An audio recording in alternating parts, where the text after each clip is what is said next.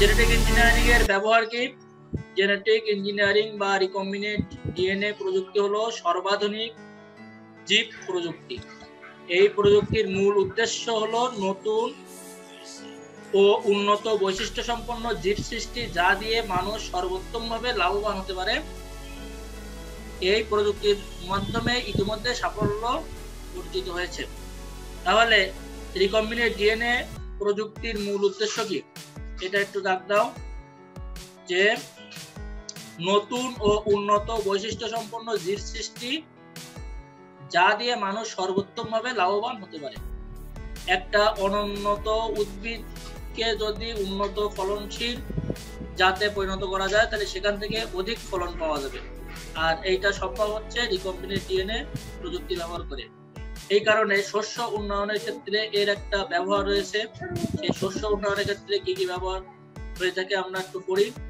এই প্রযুক্তির সাহায্যে ক্ষতিকর পোকামাকড় প্রতিরোধী ফসলের জাত উদ্ভাবন করা হয়েছে, যাতে অনেক গাছ দেখা যাচ্ছে পোকামাকড় দ্বারা ক্ষতিগ্রস্ত হয় এবং ফসল কম হয়, তাহলে সেই পোকামাকড় প্রতিরোধী ফসলের জাত উদ্ভাবন করা হয়েছে। ব্যাসিলাস টিউরিনজেনেসিস বা বিটি নামক ব্যাকটেরিয়ার জিন শস্যে প্রবেশ করানোর কারণে জেনেটিকভাবে পরিবর্তিত শস্যসমূহকে বিটি কর্ন, বিটি কটন ইত্যাদি নামে অভিহিত করা হচ্ছে। একই রকম ভাবে বিটি ভুট্টা, বিটি ধান কোথায় পাওয়া যায়? চীনে ইত্যাদি উৎপাদিত হয়েছে। এসব ফসল, এটা দেখো, এগুলো হচ্ছে এক বর্গের অন্তর্ভুক্ত, লেপিডোপ্টেরা ও পলিওপ্টেরা। এই বর্গের অন্তর্ভুক্ত ক্ষতিকর কীটপতঙ্গের বিরুদ্ধে প্রতিরক্ষম, অর্থাৎ এটা প্রতিরোধ করতে পারে। ঠিক আছে, তাহলে শস্য উন্নয়নে জীব প্রযুক্তির ব্যবহার কি? যে সাধারণত ক্ষতিকর পোকামাকড় প্রতিরোধী ফসলের জাত উৎপাদন করা হয়। এই ক্ষতিকর পোকামাকড় প্রতিরোধকারী কয়েকটা জাত উদ্ভাবনের মধ্যে একটা আছে কি? এই যে বিটি, অর্থাৎ এই বিটি নামক ব্যাকটেরিয়ার জিন শস্যে প্রবেশ করানো হয়। বিটি নামক ব্যাকটেরিয়ার জিন শস্যের মধ্যে যখন প্রবেশ করানো হবে, তখন এইটা সাধারণত এই যে লেপিডোপ্টেরা এবং পলিওপ্টেরা, এই দুইটা বর্গের অন্তর্ভুক্ত যে ক্ষতিকর কীটপতঙ্গ রয়েছে তাদের বিরুদ্ধে কাজ করে এবং সেই ক্ষতিকর কীটপতঙ্গগুলো সেই ফসলের কোনো ক্ষতি করতে পারে না। এই প্রযুক্তির সাহায্যে ভাইরাস প্রতিরোধী ফসলের জাত উৎপাদন করা হয়েছে। তাহলে যেমন ভাইরাল কোড প্রোটিনের জিন স্থানান্তরের মাধ্যমে tomato mosaic virus ToMV, tobacco mosaic virus, এটা তো জানো, টিএমভি। এটা কি ভাইরাস? ডিএনএ ভাইরাস না RNA virus? Tobacco mild green mosaic virus, এটার পূর্ণরূপ হচ্ছে tobacco mild green mosaic virus, TMGMV. প্রতিরোধী ফসলের জাত উদ্ভাবন করা হয়েছে। রিং স্পট ভাইরাস, এটা কি? পেপের রিং স্পট ভাইরাস, PRSV, ক্যাপিয়া রিং স্পট ভাইরাস। ভাইরাসগুলো প্রতিরোধকারী জাত উদ্ভাবন করে রিকম্বিনেন্ট ডিএনএ টেকনোলজি ব্যবহার করে। তাহলে প্রতিরোধে সক্ষম পেপের জাত উদ্ভাবন করা হয়েছে। লেট ব্লাইট ছত্রাক প্রতিরোধী জিন স্থানান্তরের মাধ্যমে লেট ব্লাইট প্রতিরোধী গোল আলু জাত উদ্ভাবনের লক্ষ্যে গবেষণা চলছে। জিনগত পরিবর্তনের মাধ্যমে আগাছানাশক রাসায়নিক পদার্থের বিরুদ্ধে সহনশীলতা সম্পন্ন ভুট্টা, তুলা ইত্যাদি ফসলের জাত উদ্ভাবন করা হয়েছে। এক ধরনের ব্যাকটেরিয়া থেকে বিজ্ঞানীরা আগাছানাশক সহিষ্ণু জিন টমেটোতে স্থানান্তর করে আগাছানাশক সহিষ্ণু টমেটোর জাত উৎপাদন করতে সক্ষম হয়েছে। একইভাবে সয়াবিন, ভুট্টা, তুলা, ক্যানোলা ইত্যাদি আগাছানাশক সহিষ্ণু জাত উৎপাদন করা হয়েছে। ইঞ্জিনিয়ারিং মাধ্যমে একই উদ্ভিদে একাধিক বৈশিষ্ট্য অনুপ্রবেশ করানো যায় বাণিজ্যিকভাবে। এখন এ ধরনের ট্রান্সজেনিক উদ্ভিদ সহজলভ্য হয়েছে, যেমন তুলা এবং ভুট্টার মধ্যে একই ধরনের আগাছানাশক সহিষ্ণু এবং পোকামাকড় প্রতিরোধী বৈশিষ্ট্য অনুপ্রবেশ করানো। জিনগত রূপান্তরের মাধ্যমে ফসলের পুষ্টিমান উন্নয়ন করা হয়েছে, যেমন ধানে ভিটামিন এ তথা বিটা ক্যারোটিন জিন স্থানান্তর করা হয়েছে। এটা দাগ দাও, এমসিকিউ এর জন্য ইম্পর্টেন্ট এগুলো। ধানে বিটা ক্যারোটিন জিন স্থানান্তর করা হয়েছে। এই ধানের চাল থেকে প্রস্তুত ভাত খেলে আলাদা করে আর ভিটামিন এ খেতে হবে না। ধানে লৌহ বা আয়রন যোগ করার প্রচেষ্টা অব্যাহত রয়েছে। লবণাক্ততা এবং খরা সহনশীল জিন স্থানান্তরের মাধ্যমে জিনগত পরিবর্তন ঘটিয়ে বিভিন্ন ফসলের জাত উদ্ভাবনের চেষ্টা চলছে। অর্থাৎ যেগুলো লবণাক্ততা এবং খরা সহনশীল, মানে লবণাক্ততা জায়গায়ও যদি তোমার কোনো ফসল জন্মানো হয়, তাদের সেই জিনগুলো যদি পরিবর্তন করানো হয় তাহলে তারা সেখানে সঠিকভাবে কি হবে, বেড়ে উঠতে পারবে। এবার প্রাণীর ক্ষেত্রে তাহলে এটা দেখলাম ফসল বা শস্য উন্নয়নের ক্ষেত্রে জেনেটিক ইঞ্জিনিয়ারিং এর কিছু ব্যবহার। এবার হচ্ছে প্রাণীর ক্ষেত্রে কি ব্যবহার করা হয়। গবাদি পশু যেমন গরুর দুধে আমিষের পরিমাণ বৃদ্ধির জন্য প্রোটিন সি জিন স্থানান্তর করা হয়েছে। ঠিক আছে, তবে এটা এখনো গবেষণার পর্যায়ে আছে। আকার বৃদ্ধি এবং মাংসের উৎপাদন বাড়ানোর উদ্দেশ্যে মানুষের বৃদ্ধির জন্য দায়ী হরমোন জিন স্থানান্তর করে ভেড়ার জেনেটিক পরিবর্তন ঘটানো হয়েছে। এবার এটা দেখতে হবে, এটা ইম্পর্টেন্ট, পরীক্ষায় আসে। ভেড়ার পশমের পরিমাণ ও গুণগত মান বৃদ্ধির জন্য ব্যাকটেরিয়ার দুইটি জিনের নাম লেখো। কি কি? CYSE এবং CYSM ভেড়ার জিনোমে স্থানান্তর করা হয়েছে, যার জন্য ভেড়ার পশমের পরিমাণ এবং গুণগত মান বৃদ্ধি পায়। মাছের উন্নয়নে কি? মাগুর, কমন কার্প, লইট্টা ও তেলাপিয়া মাছে স্যামন মাছের দৈহিক বৃদ্ধি হরমোনের জিন স্থানান্তরের মাধ্যমে জেনেটিক পরিবর্তনের প্রক্রিয়া এসব মাছের আকার প্রায় 60 ভাগ বড় করা সম্ভব হয়েছে। আচ্ছা, এরপরে চিকিৎসা ক্ষেত্রে জেনেটিক পরিবর্তনের মাধ্যমে ইস্ট নামক ছত্রাক থেকে হেপাটাইটিস বি ভাইরাসের ঔষধ বা ইন্টারফেরন তৈরি হচ্ছে। তাহলে এটা দেখ দাও, জেনেটিক পরিবর্তনের মাধ্যমে ইস্ট নামক ছত্রাক থেকে হেপাটাইটিস বি ভাইরাসের ঔষধ কি ইন্টারফেরন তৈরি করা হচ্ছে। মানুষের ইনসুলিন তৈরির জন্য ব্যবহার করে জেনেটিক ভাবে পরিবর্তিত ইকোলাই ব্যাকটেরিয়া এবং ইস্ট থেকে বাণিজ্যিকভাবে ইনসুলিন তৈরি হচ্ছে, যা মানুষের বহুমূত্র বা ডায়াবেটিস রোগের চিকিৎসায় ব্যবহৃত হচ্ছে। ডায়াবেটিসের যে ইনসুলিন দেয় এটাও কিন্তু তৈরি করা হচ্ছে। জেনেটিক ভাবে পরিবর্তিত ইকোলাই ব্যাকটেরিয়া এবং ইস্ট থেকে মানব বৃদ্ধির হরমোন এবং granulocyte macrophage stimulating factor. Granulocyte কোথায় থাকে জানো? শ্বেত রক্তকণিকার মধ্যে আছে না গ্রানুলোসাইট? শ্বেত রক্তকণিকার একটা প্রকারভেদ, এক গ্রানুলোসাইট এবং গ্রানুলোসাইট। এই গ্রানুলোসাইট আবার তিন ধরনের আছে, ইউসিনোফিল, বেসোফিল, নিউট্রোফিল। আচ্ছা, এই granulocyte macrophage stimulating factor GMCSF, এইটা দাগ দাও পূর্ণরূপ। কলোনি, উদ্দীপক, উপাদান ইত্যাদি তৈরি করা হচ্ছে। এগুলো যথাক্রমে অস্বাভাবিক খাটো হওয়া রোগ, ভাইরাস জনিত রোগ, ক্যান্সার, এইডস ইত্যাদি চিকিৎসায় ব্যবহৃত হচ্ছে। যারা অনেক খাটো হয় তাদের ক্ষেত্রে এই হরমোনগুলো যদি প্রেরণ করা হয় তাহলে তাদের কি অস্বাভাবিক খাটো হওয়া থেকে রোধ করবে, তাদেরকে বৃদ্ধি ঘটাতে পারে। দেশের সুরক্ষা এবং পেট্রোলিয়াম ও কয়লা খনি এলাকায় দুর্গন্ধ মুক্ত, শিল্পক্ষেত্রে বর্জ্য শোধন, পয় নিষ্কাশন ইত্যাদি পরিবেশ ব্যবস্থাপনা সহজ এবং দ্রুত করার উদ্দেশ্যে এই প্রযুক্তি ব্যবহার করা হচ্ছে। জিন প্রকৌশলের উপর গবেষণা করে নতুন এক জাতের সিউডোমোনাস, এর নাম কি সিউডোমোনাস, পি সিউডো কিন্তু না, উচ্চারণ কি হবে? সিউডোমোনাস। সিউডোমোনাস, হ্যাঁ, নন্দস্বরস্বী রস্য, সিউডোমোনাস।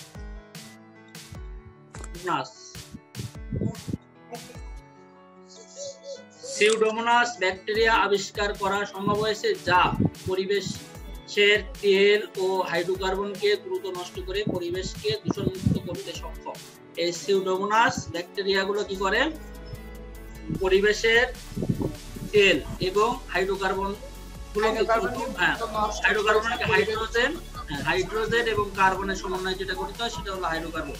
তাহলে এইটাকে দ্রুত নষ্ট করে পরিবেশে দূষণ মুক্ত করতে সক্ষম।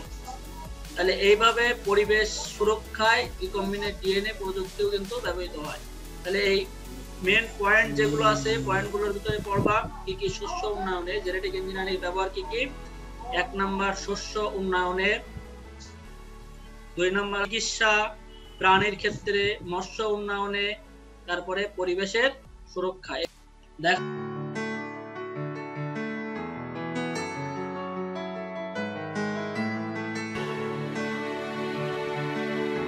এখানে একটা ইকোলাই ব্যাকটেরিয়ার চিত্র রাখতে হবে। ইকোলাই ব্যাকটেরিয়ার চিত্র হচ্ছে কি ক্রোমোজোম, আর ক্রোমোজোমের বাইরে একটা আমরা কিছু দেখতে পাচ্ছি না। আচ্ছা এবার দেখা যাচ্ছে কিনা দেখো। না স্যার এখনো দেখা যাচ্ছে না। এখনো ওই যে কালো স্যার উপরের ওই লম্বা মধ্যে আছে না ওইটা। হ্যাঁ স্যার এবার দেখা যাচ্ছে। আচ্ছা তাহলে প্রথমে ইকোলাই ব্যাকটেরিয়া চিত্র আঁকো। ইকোলাই ব্যাকটেরিয়া আমি যেভাবে আঁকছি খাতায় প্রত্যেকে এইভাবে আঁকো, তারপরে দেখাবা দেখি কে কে। ইকোলাই ব্যাকটেরিয়ার এটা হলো ক্রোমোজোম, ক্রোমোজোমের বাইরে একটা ডিএনএ থাকে, এটাকে বলা হয় প্লাজমিড ডিএনএ। এটা হচ্ছে প্লাজমিড ডিএনএ। এবার আমরা যে জীবের যে কাঙ্ক্ষিত জিনটা নিতে চাই সেই কাঙ্ক্ষিত জীবের থেকে একটা ডিএনএ নেব। এখানে এর নিউক্লিয়াসের মধ্যে ক্রোমোজোম থাকে। তাহলে এখান থেকে প্লাজমিড ডিএনএটা নেব আর এখান থেকে নেব কাঙ্ক্ষিত ডিএনএ। এই দুইটা আমরা কর্তন করব, কাটবো, এমন ভাবে কাটবো যাতে একটার সাথে আর একটা কি হয় খাস মতো লেগে থাকতে পারে। তাহলে এইভাবে এই যে কাটার সিস্টেমটা দেখো, একটা ওই দিক থেকে আর একটা এই দিক থেকে।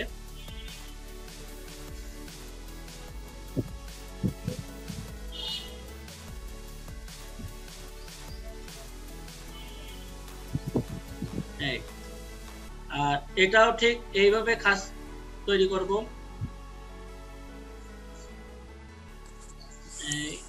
একটা লম্বা করে দিলাম।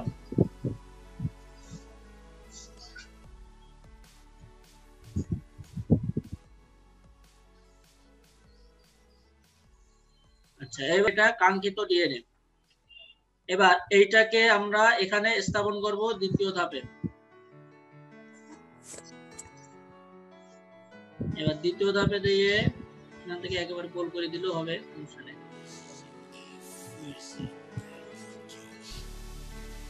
এভাবে গোল আঁকো।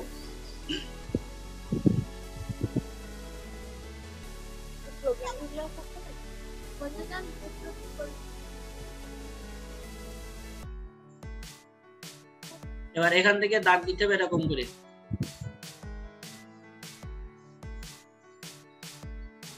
এই আর এখান থেকে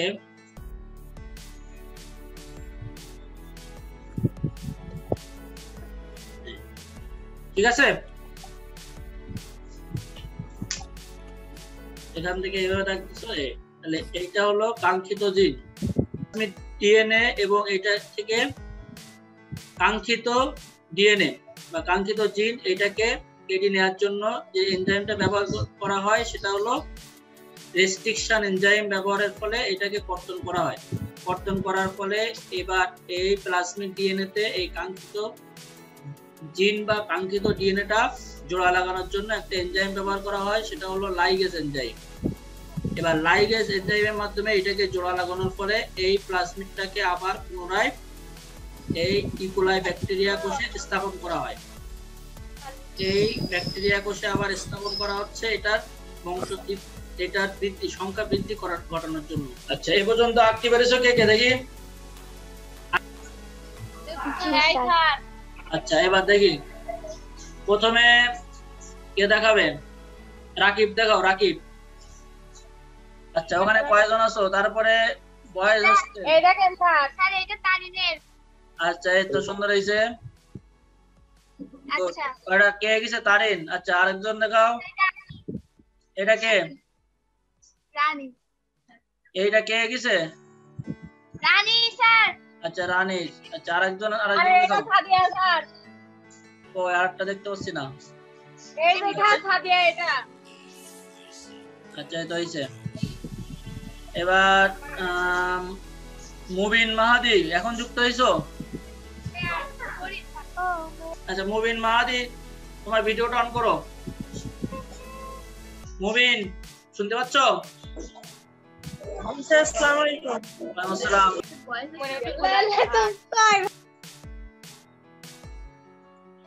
আচ্ছা নাহিয়ান কে লিখেছে আমি বারবার ডিসকানেক্ট হয়ে যাচ্ছি তাই হয় নাই। এটা ব্যাক ক্যামেরা অন হচ্ছে না। নাহিয়ান আল নাহিয়ান। আচ্ছা যাও এগিয়েছো তো সবাই? থাকতে পারলে ভালো, সমস্যা নেই। আচ্ছা এবার আমি তাহলে এখান থেকে একটু প্রশ্ন করি।